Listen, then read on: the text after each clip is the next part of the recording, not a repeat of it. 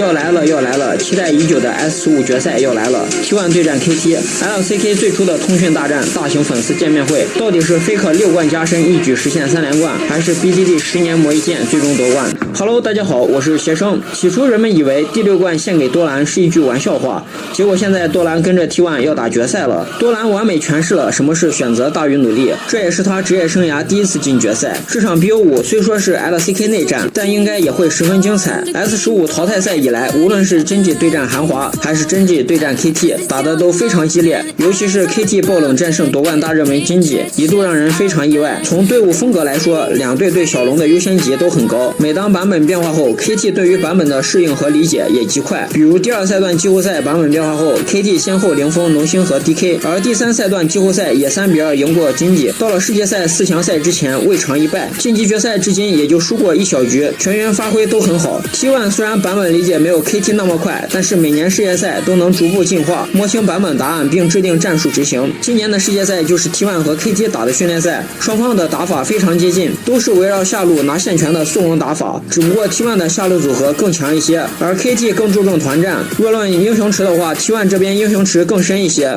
同时 Faker 和 BDD 都是很好的沙皇使用者，本次 BO5 两边应该都不会放出来。值得注意的是 KT 的教练团队 BP 做得非常好，半决赛 KT 赢下经济也有 BP 完爆的功劳，而 T1 的 BP 有时会有点奇怪，这让选手玩得并不舒服。两队今年第2赛段和第3赛段总共交手6次 ，T1 取得了5次胜利，4次常规赛零封 KT，1次季后赛让1追3战胜 KT 完成充电。而第3赛段 KT 在决定 T1 排名的那一战中零封了 T1， 使得 T1 常规赛排名第3，季后赛多打一轮。截止目前 Faker 和 BDD 一共交手135次，其中 Faker 取得了83次胜利，而 BDD 赢下了52次。整体来说还是 Faker 赢的更多一些。有趣的是 Faker 曾经打替补的时候 BDD 打 Faker 带艾离传送，打替补屁皇电刑点燃，直接把屁皇打超轨了，从侧面也保住了 Faker 的首发。上单位的话 KT 上单 Perfect 是一位新人，在今年和多兰的交手都是在 T1 和 KT 的对局中， S15 淘汰赛阶段他的兰博发挥十分亮眼，同时其他英雄也有些许高光，但是身为小将缺乏大赛经验，在比赛中也会给出机会。多兰今年在 T1 的比赛前期非常坎坷，一度压力非常大，发挥也很糟糕，直到 T1 稳定首发 AD 后才开始慢慢调整过来。在第2赛段慢阵 KT 的比赛中，多兰格温被石甲虫单杀，自此开始觉醒，越打越好了。今年世界赛也是多兰赢 LPL 最多的一次，先后战胜 AL 和滔博，同时他在本次世界赛中塞恩和奥恩都有非常亮眼的发挥。对战 AL 第1局的塞恩果断 R 闪开团，还有第4局灵性蹲守奠定胜势的奥恩都非常关键。对战滔博的最后一局，塞恩发挥也非常不错。打野位比较有趣的是，在21年 T1 10人大轮换中，Kaz 和 Owner 是首发和替补的关系，在丹尼教练离开后 Owner 才稳坐首发，随后 Owner 和 Kaz 的交手也比较多，只不过 Owner 稍占优势，二者交手记录大概为6-4。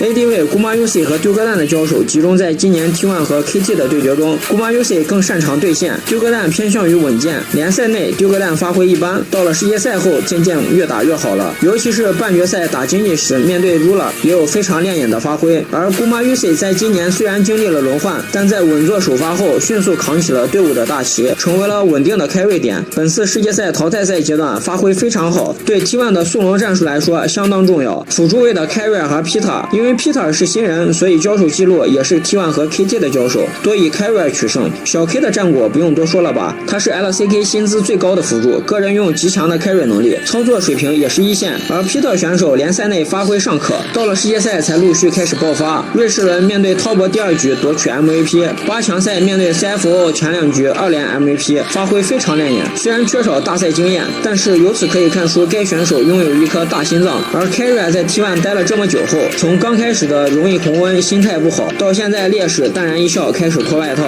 在心态上成长了很多，这点很可贵。综上所述，除去中单和打野外，其他位置交手并不多，而就这2年双方中野的交手记录来看，也是 T1 赢多输少，所以本次世界赛仍然是 T1 赢面大一些。而 KT 也并非没有取胜的可能，就看他们赛前的准备和选手状态了。这次总决赛在成都，虽然和17年在鸟巢一样都是 LCK 内战，不过这次不一样的是 T1 的状态比上次好很多，也没有当时冠军拿太多的懈怠感，这点很重要。而至于最后哪一方能捧起奖杯，就让我们拭目以待。